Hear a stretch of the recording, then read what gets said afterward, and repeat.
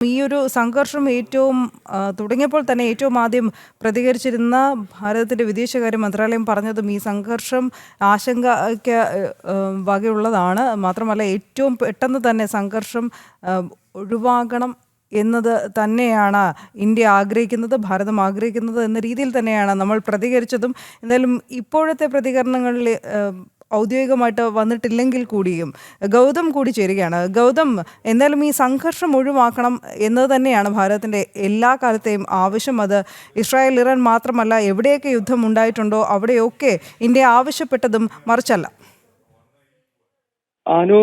സമാധാനത്തിന്റെ സന്ദേശമാണ് ഭാരതം ലോകത്തിന് മുന്നിലേക്ക് വയ്ക്കുന്നത്. ഈ യുദ്ധത്തിന്റെ തുടക്കഘട്ടത്തിൽ തന്നെ ഇരു രാജ്യങ്ങളും സമീപനം പാലിക്കണമെന്ന് ഭാരതം ആഹ്വാനം ചെയ്തതാണ്. കാരണം ഇതൊരു സംഘർഷമായി പോയി കഴിഞ്ഞാൽ പശ്ചിമേഷ്യൻ രാജ്യങ്ങളാകെ നേരിടാൻ പോകുന്ന വലിയ വെല്ലുവിളികൾ. മാത്രമല്ല രണ്ട് രാജ്യങ്ങളും വലിയ സൈനിക ശക്തികളാണ്, വലിയ സേനാ സംവിധാനങ്ങളുള്ള പശ്ചിമേഷ്യയിലെ പ്രബല സൈനിക ശക്തികളായിട്ടുള്ള രണ്ട് രാഷ്ട്രങ്ങളാണ്. അവർ തമ്മിൽ പരസ്യമായ യുദ്ധത്തിലേക്ക് പോകുന്ന ഘട്ടത്തിൽ സാധാരണക്കാർക്ക് ഉണ്ടാകാൻ പോകുന്ന വലിയ നഷ്ടങ്ങളെപ്പറ്റി ഭാരതം നേരത്തെ ചിന്തിച്ചിരുന്നു. അതിനാലാണ് ഏതാണ്ട് 4 ദിവസങ്ങൾക്ക് മുമ്പ് ഇരു രാജ്യങ്ങളും സമീപനം പാലിക്കണമെന്നൊരു സന്ദേശം നമ്മുടെ രാജ്യം മുന്നോട്ട് വെച്ചത്. എന്തായാലും ഇപ്പോൾ കാര്യങ്ങൾ കൈവിട്ടുപോയി. അതൊരു തീവ്ര യുദ്ധത്തിലേക്ക് പോകുകയാണ്. വലിയ വിനാശം ഉണ്ടാകുന്ന രീതിയിലേക്ക് കാര്യങ്ങൾ എത്തിച്ചേർന്നിരിക്കുന്നു. ഈ പശ്ചാത്തലത്തിൽ ഇപ്പോൾ നമ്മുടെ രാജ്യത്തിന്റെ പ്രയോറിറ്റി എന്നത് അവിടുന്ന് എത്രയും പെട്ടെന്ന് ഭാരതീയരെ തിരികെ എത്തിക്കുക എന്നുള്ളത് തന്നെയാണ്. അതിനു വേണ്ടിയിട്ടുള്ള നടപടിക്രമങ്ങൾ ആരംഭിച്ചു കഴിഞ്ഞിരിക്കുന്നു. ആദ്യ ഇന്ത്യൻ സംഘം നേരത്തെ സൂചിപ്പിച്ചതുപോലെ അർമേനിയ വഴി അവരെ ഭാരതത്തിലേക്ക് എത്തിക്കുവാനുള്ള നീക്കങ്ങൾ ആരംഭിച്ചു. 10,000-ഓളം ഭാരതീയർ ഇറാന്റെ വിവിധ ഭാഗങ്ങളിലായുണ്ട്. ടെഹ്റാനിലാണ് ഏറ്റവും കൂടുതൽ ഭാരതീയരുള്ളത്. ഇതിൽ 6,000-ഓളം പേർ വിദ്യാർത്ഥികളാണ്. ഇതിൽ കൂടുതൽ ഈ ജമ്മു കാശ്മീരിൽ നിന്നും മറ്റും ഇറാനിലേക്ക് വിദ്യാഭ്യാസത്തിനായി പോയിട്ടുള്ള ആളുകളാണ്. അവരെല്ലാം ഒഴിപ്പിച്ച് സുരക്ഷിതമായി തിരികെ ഭാരതത്തിലേക്ക് എത്തിക്കുക എന്നത് തന്നെയാണ് ഇപ്പോൾ വിദേശകാര്യ മന്ത്രാലയത്തിന് മുന്നിലുള്ള ഏറ്റവും പ്രധാനപ്പെട്ട ദൗത്യം എന്നത്. എന്തായാലും ആശങ്കപ്പെടേണ്ടത് ഇല്ല എന്ന സന്ദേശം ഭാരതം ഈ ഇറാനിലെ മുഴുവൻ ഇന്ത്യക്കാർക്കും നൽകിയിരിക്കുന്നു. അവിടുത്തെ ടെഹ്റാനിലെ ഭാരതത്തിന്റെ എംബസി ഇപ്പോൾ വളരെ കാര്യക്ഷമമായി തന്നെ അവിടുത്തെ ഭാരതത്തിന്റെ പൗരന്മാർക്ക് വേണ്ടിയുള്ള പ്രവർത്തനങ്ങൾ ആരംഭിച്ചിരിക്കുകയാണ്. മാത്രമല്ല മുൻകാല അനുഭവങ്ങൾ നമ്മുടെ പൗരന്മാർക്ക് ആത്മവിശ്വാസം നൽകുന്നുണ്ട്. നരേന്ദ്രമോദി സർക്കാർ അധികാരത്തിലേറിയതിനു ശേഷം ഇത്തരം യുദ്ധങ്ങൾ ലോകത്തിന്റെ നാനാഭാഗങ്ങളിൽ ഉണ്ടായപ്പോൾ അവിടുന്നൊക്കെ വളരെ സുരക്ഷിതമായി നമ്മുടെ പൗരന്മാരെ തിരിച്ച് നമ്മുടെ നാട്ടിൽ എത്തിക്കുവാൻ ഈ സർക്കാരിന് കഴിഞ്ഞിട്ടുണ്ട് എന്നത് നമ്മുടെ ആളുകൾക്ക് ആത്മവിശ്വാസം നൽകുന്ന ഘടകമാണ്. അതിപ്പോൾ റഷ്യ യുക്രൈൻ യുദ്ധമാണെങ്കിലും അതല്ല വിവിധ സിറിയ ഉൾപ്പെടെയുള്ള ആഭ്യന്തര സംഘർഷം നേരിട്ട രാജ്യങ്ങൾ, സുഡാൻ, അതുപോലെ തന്നെ സിറിയ പോലുള്ള രാജ്യങ്ങളിൽ ആഭ്യന്തര സംഘർഷം ഉണ്ടായ കാലഘട്ടങ്ങളിൽ, അഫ്ഗാനിസ്ഥാനിൽ താലിബാൻ ഭരണം പിടിച്ചെടുത്ത കാലഘട്ടങ്ങളിൽ അന്നൊക്കെ അവിടുന്ന് ആളുകളെ സുരക്ഷിതമായി തിരികെ എത്തിക്കുന്നതിൽ അത്തരം റിസ്ക് ഉള്ള ദൗത്യങ്ങൾ ഏറ്റെടുത്ത് അത് ചെയ്ത് വിജയിപ്പിച്ച് കാണിച്ചിട്ടുള്ള ഒരു സർക്കാർ ദേശീയ തലത്തിൽ അധികാരത്തിൽ ഇരിക്കുകയാണ് ഭാരതത്തിൽ. അതിനാൽ ഇറാനിലെ ഭാരതത്തിന്റെ പൗരന്മാർക്ക് ആശങ്ക വേണ്ട, അവരോട് സുരക്ഷിതമായ സ്ഥാനങ്ങളിൽ ഇരിക്കൂ എന്ന നിർദ്ദേശം ഇപ്പോൾ ടെഹ്റാനിലെ ഇന്ത്യൻ എംബസി നൽകുന്നുണ്ട്. ഒപ്പം ഘട്ടം ഘട്ടമായി അവരെ സുരക്ഷിത സ്ഥാനങ്ങളിലൂടെ കരമാർഗം ഒഴിപ്പിച്ച് സുരക്ഷിതരായി അവരെ നമ്മുടെ രാജ്യത്തേക്ക് എത്തിക്കാൻ ഉള്ള പ്രവർത്തനങ്ങൾക്ക് വിദേശകാര്യ മന്ത്രാലയം തുടക്കം കുറിച്ചിരിക്കുകയാണ്. ശരി, നേരത്തെ ഐസൻ ചൂണ്ടിക്കാട്ടിയിരുന്നു. കാരണം ഇറാനിൽ നിന്ന് മിക്ക നേതാക്കളും ഇറാൻ വിട്ടു പോയിട്ടുണ്ട്, ഒഴിയുന്നുണ്ട് എന്നൊക്കെ സ്ഥിരീകരിക്കാത്ത നിരവധി റിപ്പോർട്ടുകൾ വരുന്നുണ്ട്. ആ സമയത്തും ആകാംക്ഷ ആയത്തുള്ള ഖമേനിയെ കുറിച്ചാണ്. കാരണം ഖമേനിക്കെതിരെ നിരന്തരം പ്രസ്താവന അമേരിക്കയും ഇസ്രായേലും നടത്തുന്ന ഒരു സാഹചര്യമുണ്ട്. ബെഞ്ചമിൻ നെതന്യാഹു തന്നെ പറഞ്ഞതായിട്ട് സ്ഥിരീകരിക്കാത്ത റിപ്പോർട്ടുകൾ, അല്ലെങ്കിൽ അദ്ദേഹം പോസ്റ്റ് ചെയ്തതായിട്ട് പറയപ്പെടുന്നത് ആയത്തുള്ള ഖമേനിയെ ഇല്ലാതാക്കിയാൽ ഈ പ്രശ്നം അവസാനിക്കുമെന്ന മട്ടിലാണ്. ഈ കഴിഞ്ഞ ദിവസം വന്ന വാർത്തകളിൽ ഏറെ ശ്രദ്ധേയമായതും ഖമേനി ഭീതി മൂലം ഒരു ബങ്കറിലേക്ക് ഖമേനിയും കുടുംബവും മാറി ഒളിത്താവളം കണ്ടെത്തി കഴിഞ്ഞു എന്നതാണ്. ഇപ്പോഴത്തെ ഖമേനിയുടെ സ്റ്റാറ്റസ് അറിയാനുള്ള ആകാംക്ഷ തീർച്ചയായിട്ടുമുണ്ട് എല്ലാവർക്കും. തീർച്ചയായും ഒളിത്താവളങ്ങളിലേക്ക് മാറി, അല്ലെങ്കിൽ ബങ്കറുകളിലേക്ക്, സുരക്ഷിത ബങ്കറുകളിൽ ഒന്നിലേക്ക് ഖമേനിയും ഖമേനിയുടെ കുടുംബവും തന്നെ മാറി. അതായത് എല്ലാ അംഗങ്ങളും, കുടുംബാംഗങ്ങളെല്ലാം തന്നെ മാറി എന്ന വിവരങ്ങളാണ് ഔദ്യോഗികമായി തന്നെ പുറത്തു വരികയും ചെയ്തത്. ഇത് സംബന്ധിച്ചൊരു വിശദീകരണം ഇറാന്റെ ഭാഗത്തു നിന്നും ഉണ്ടായിട്ടില്ല എങ്കിൽ കൂടി കൃത്യമായി അത്തരത്തിലുള്ള വാർത്തകൾ ആ മേഖലയിൽ കൃത്യമായി പ്രവർത്തിക്കുന്ന സംവിധാനങ്ങളും മാധ്യമ പ്രവർത്തകരും അറിയുകയും അത് കൃത്യമായി റിപ്പോർട്ട് ചെയ്യുകയും ചെയ്തിട്ടുണ്ട്. ഇറാനിലെ തന്നെ സുരക്ഷിത മേഖലയിലേക്ക് അല്ലെങ്കിൽ ഏതെങ്കിലും ബങ്കറിലേക്ക് മാറിയിട്ടുണ്ടെന്നാണ് അറിയാൻ സാധിക്കുന്നത്. മറ്റൊരു സുപ്രധാന വിഷയം എടുത്തു പറയേണ്ടത്, ഖമേനിയെ കൊലപ്പെടുത്താനുള്ള അല്ലെങ്കിൽ ഖമേനിയെ വധിച്ചാൽ ഈ പ്രശ്നങ്ങൾ പരിഹരിക്കപ്പെടും, ഖമേനിയെ ഈ ഇസ്ലാമിക രാഷ്ട്രമായി നിലനിർത്തുന്നതിനും ആഗോള ഇസ്ലാമിക ഭീകരതയ്ക്ക് പിന്തുണ നൽകുകയും ചെയ്യുന്ന ഒരു നിലപാട് ഖമേനി സ്വീകരിക്കുന്നതാണ് പ്രശ്നങ്ങൾക്ക് പിന്നിലെ കാരണമെന്ന് നേരത്തെ തന്നെ സൂചനകൾ അല്ലെങ്കിൽ നേരത്തെ തന്നെ ഇസ്രായേലിന്റെ ഭാഗത്ത് നിന്ന് പ്രതികരണങ്ങൾ ഉണ്ടായിരുന്നു.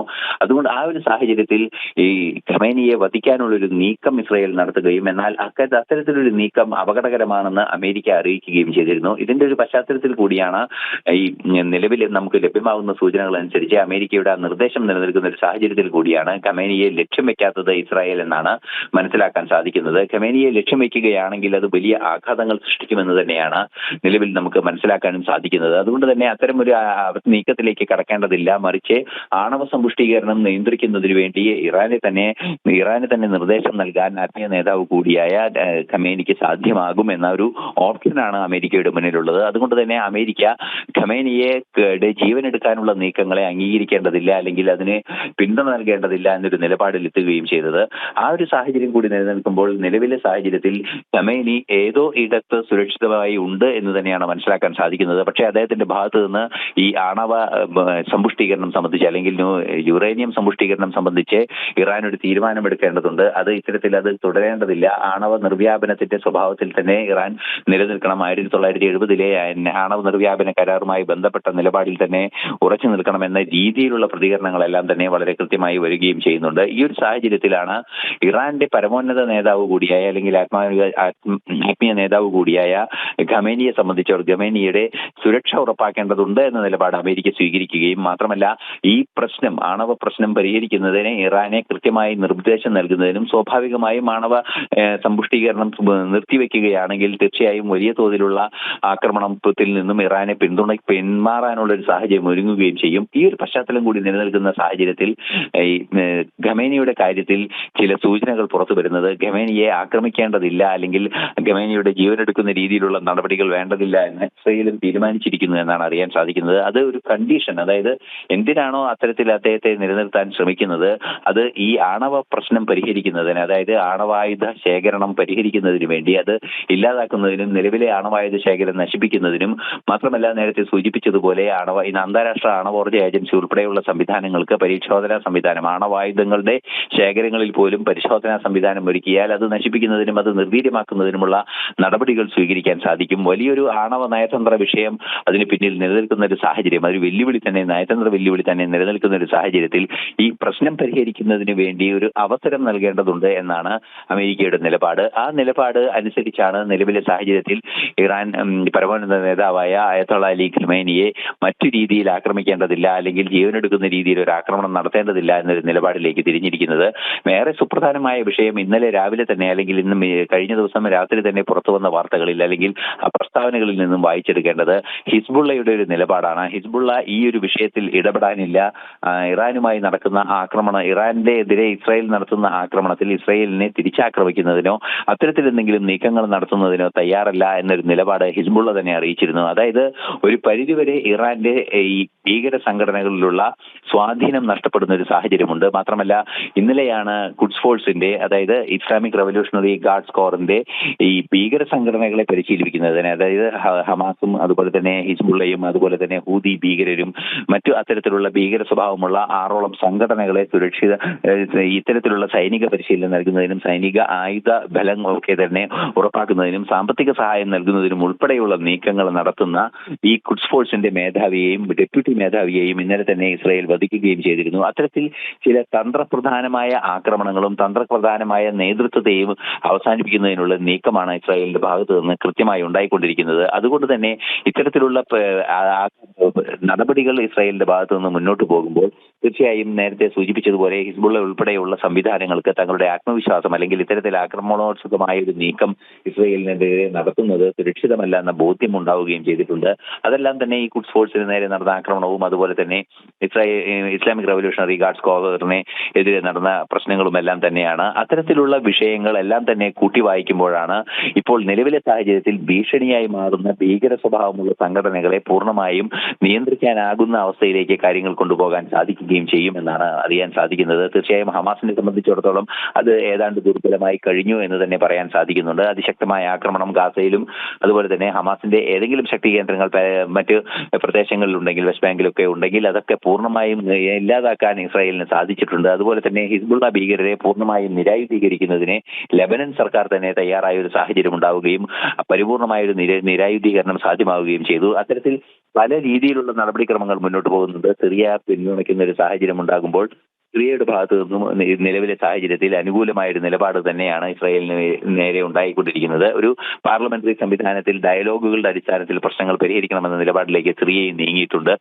ആ പ്രദേശത്താകമാനം ഈ ഇറാന്റെ ഭീകരതയെ പ്രോത്സാഹിപ്പിക്കുന്ന യുദ്ധത്തിനെ എതിർക്കുന്ന നേരിട്ട് അല്ലെങ്കിൽ കൂടി പല തന്ത്രപ്രധാനമായ ഇടപെടലുകളിലൂടെ അല്ലെങ്കിൽ നയപരമായ ഇടപെടലിലൂടെ എതിർക്കുന്ന ഒരു നീക്കങ്ങൾ ഉണ്ടാകുന്ന ഒരു സാഹചര്യമുള്ളതിനാൽ തന്നെ ഈ അതിശക്തമായ ഒരു ആക്രമണത്തിനുള്ള സാധ്യതയോ അല്ലെങ്കിൽ വലിയ വെല്ലുവിളികൾ സൃഷ്ടിക്കുന്ന ഒരു സാധ്യതയോ നിലവിലില്ല എന്ന് തന്നെയാണ് മനസ്സിലാക്കാൻ സാധിക്കുന്നത്. അതേസമയം ഇറാനെ സംബന്ധിച്ചിടത്തോളം വൻതോതിലുള്ള വെല്ലുവിളി നേരിടേണ്ടി വരുന്നുണ്ട്. ടെഹ്റാനിലെ സാഹചര്യം വലിയ ഒട്ടും പ്രതീക്ഷാ നിർഭരമല്ല, അല്ലെങ്കിൽ അതിശക്തമായ ആക്രമണങ്ങൾ അവിടെ ഉണ്ടാകുന്നു എന്ന് തന്നെയാണ് അറിയാൻ സാധിക്കുന്നത്. മറ്റൊരു പ്രധാന കാര്യം എടുത്തു പറയേണ്ടത് 3 ആണവ നിലയങ്ങൾക്കെതിരെ ആക്രമണം നടന്നിട്ടുണ്ട്. ഒരു ആണവ നിലയത്തിൽ നടന്ന പൊട്ടിത്തെറിയെ തുടർന്ന് ഭൂകമ്പം പോലും റിപ്പോർട്ട് ചെയ്യപ്പെടുന്ന ഒരു സാഹചര്യമുണ്ടായി. മറ്റൊരു ആണവ നിലയത്തിൽ ആണവ ലീക്ക് ഉണ്ടായ ഒരു സാഹചര്യമുണ്ടായി. ഇതെല്ലാം തന്നെ ഒരു അപകടകരമായ സാഹചര്യങ്ങളിലേക്ക് നീങ്ങാനുള്ള ഒരു സാധ്യത കൂടി നിലനിൽക്കുന്നുണ്ട്. അതുകൊണ്ട് തന്നെ വലിയ തോതിൽ ഒരു ആശങ്കയിലാണ് ഇറാനുമുള്ളത്. മാത്രമല്ല ഈ ആണവ ഭീതിയുടെ ആശങ്ക ലോകത്തിന് മുഴുവനും ഉള്ളതുകൊണ്ട് തന്നെ ഇക്കാര്യത്തിൽ ഒരു അടിയന്തര മൈസൻ ചൂണ്ടിക്കാട്ടിയത് ഫോർഡോ, നഡാൻസ്, അതോടൊപ്പം തന്നെ ഇസ്ഫഹാൻ ആണവ കേന്ദ്രങ്ങൾ ഇസ്രായേൽ ആക്രമിച്ചതായിട്ടുള്ള സ്ഥിരീകരണം വന്നിരുന്നു. ഇതിൽ നിന്ന് ആണവ ചോർച്ചയില്ല എന്ന് IAEA സ്ഥിരീകരിച്ചൊരു സാഹചര്യം കൂടിയുണ്ട്. ഗൗതം കൂടി ചേരുകയാണ്. ഐസൻ തുടരുക. ഗൗതം, ഈ ആണവ ഭീഷണി, ഇറാൻ ഉയർത്തുന്ന ആണവ ഭീഷണിയെ തുടർന്നാണല്ലോ ഇസ്രായേൽ ഇപ്പോൾ നേരിട്ടുള്ള ഒരു സംഘർഷത്തിലേക്ക് അല്ലെങ്കിൽ ആക്രമണത്തിലേക്ക് കാര്യങ്ങളെ കൊണ്ടെത്തിച്ചത്. അത് മാത്രമല്ലല്ലോ, ഇറാൻ മറ്റു പല രീതിയിൽ കൂടി പ്രകോപിപ്പിച്ചിട്ടില്ലേ ലോകരാജ്യങ്ങളെ? ഹമാസ്, ഹൂതി ഉൾപ്പെടെയുള്ള ഭീകരർക്ക് വിളനിലമായതും ഇറാൻ ഭൂമിയാണ് എന്നത് നമുക്ക് ഈ ഒരു ഘട്ടത്തിൽ എടുത്തു പറയേണ്ട ഒരു കാര്യം കൂടിയാണ്. ചെങ്കടലിൽ ഈ കടൽ മാർഗമുള്ള എല്ലാ വ്യാപാരത്തിനും വിഘ്നം അല്ലെങ്കിൽ വരുത്തുന്ന, എതിർത്ത് നിൽക്കുന്ന അല്ലെങ്കിൽ ഭീഷണിയാകുന്ന ഹൂതി വിമതരെ, ഹൂതി ഭീകരരെ ഏത് രീതിയിലാണ് ഇറാൻ പിന്തുണയ്ക്കുന്നത് എന്ന് രഹസ്യവുമല്ല. ഈ ഇറാനെ പോലൊരു രാജ്യത്തിന്റെ കൈകളിലേക്ക് ആണവായുധം എത്തുന്നത് ലോകരാജ്യങ്ങൾക്ക് തന്നെ ഭീഷണിയാണ് എന്ന ഇസ്രയേലിന്റെ വാദം സ്വാഭാവികമായും ന്യായം നിറഞ്ഞതാണ്. കാരണം ഇസ്രയേൽ മുന്നോട്ട് വെക്കുന്ന പ്രധാനപ്പെട്ട വിഷയം എന്നത് ഇറാൻ ഏതാനും മാസങ്ങൾക്കകം തന്നെ ബോംബുകൾ നിർമ്മിച്ച് കഴിയും. പ്രത്യേകിച്ച് ഈ ആറ്റമിക് ബോംബുകളുടെ നിർമ്മാണം അതിന്റെ അവസാന ഘട്ടത്തിലാണെന്നും യുറേനിയം സമ്പുഷ്ടീകരണം വളരെ വേഗത്തിൽ തന്നെ ഇറാൻ നടത്തുന്നു എന്നതാണ് ഇസ്രയേലിന്റെ രഹസ്യാന്വേഷണ വിഭാഗം നൽകിയിട്ടുള്ള റിപ്പോർട്ട്. അതിന്റെ അടിസ്ഥാനത്തിലാണ് ഇപ്പോൾ വലിയ ആക്രമണം ഇസ്രയേലിന്റെ ഭാഗത്ത് നിന്നും ഉണ്ടാകുന്നത്. സ്വാഭാവികമായും ഇസ്രയേൽ മുന്നോട്ട് വെക്കുന്ന ആശങ്ക അടിസ്ഥാനമുള്ളതാണ്. ഇങ്ങനെ ഒരു രാജ്യത്തിന്റെ കൈകളിലേക്ക് ആറ്റമിക് പവർ, ആണവായുധങ്ങൾ എത്തിക്കഴിഞ്ഞാൽ സ്വാഭാവികമായും അത് വലിയ വിനാശത്തിന് വഴിവെക്കും എന്നതാണ് ഇസ്രായേൽ മുന്നോട്ട് വെക്കുന്ന വാദം എന്നത്.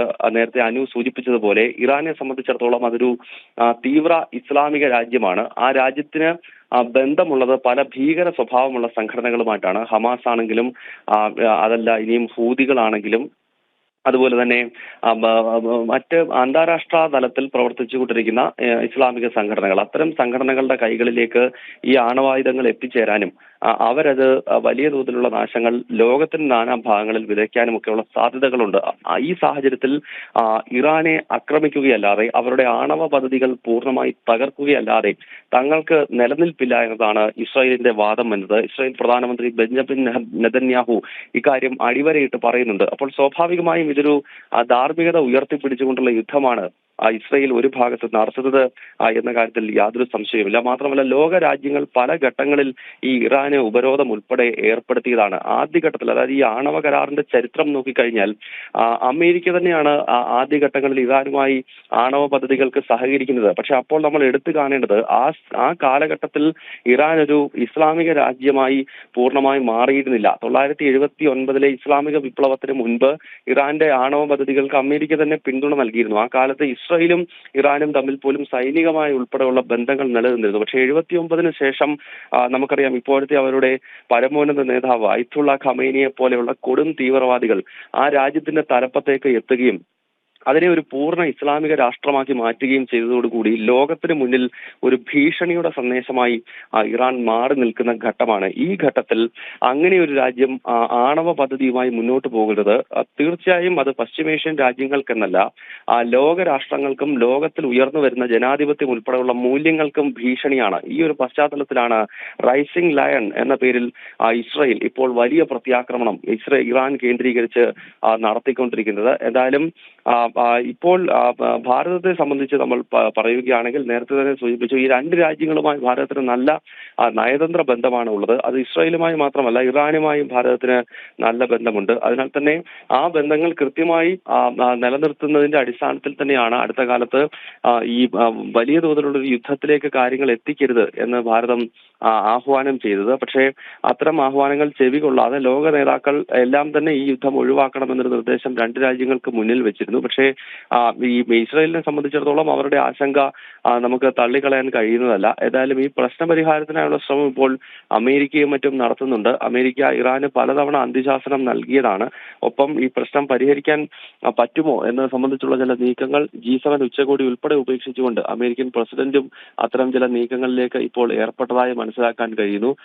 എന്തായാലും പശ്ചിമേഷ്യയിൽ വലിയ ആക്രമണ ഭീതി രൂപപ്പെടുത്തിക്കൊണ്ടാണ് ഇപ്പോൾ ഈ രണ്ട് സൈനിക ശക്തികൾ തമ്മിലുള്ള നേർക്കുനേർ യുദ്ധത്തിലേക്ക് കാര്യങ്ങൾ എത്തിയിരിക്കുന്നത്. നമുക്കറിയാം ഈ രണ്ട് രാജ്യങ്ങളുടെ അതിർത്തി എന്ന് പറയുന്നത് തന്നെ നേരിട്ട് അതിർത്തി പങ്കിടാതെ വളരെ കിലോമീറ്ററുകൾക്കപ്പുറം നിൽക്കുന്ന രണ്ട് രാജ്യങ്ങളാണ്. അതിനാൽ അതിനിടയ്ക്ക് കിടക്കുന്ന നിരവധി ചെറിയ രാജ്യങ്ങൾ പോലും ആശങ്കപ്പെടേണ്ട രീതിയിലേക്ക് ഈ ജോർഡാന്റെയും അതുപോലെ തന്നെ സിറിയയുടെയും ഒക്കെ മുകളിലൂടെയാണ് ഈ മിസൈലുകളും പോർ വിമാനങ്ങളും പറക്കുന്നത്. അതിനാൽ ഇത് ആകെ മറ്റു രാജ്യങ്ങളെ കൂടി ഇതുമായി നേരിട്ട് ബന്ധപ്പെടാത്ത രാജ്യങ്ങൾക്കുൾപ്പെടെ UAE ഉൾപ്പെടെ ഭീഷണിയാകുന്ന രീതിയിലേക്കാണ് ഇപ്പോൾ ഈ യുദ്ധം മാറിയിരിക്കുന്നത്. അനു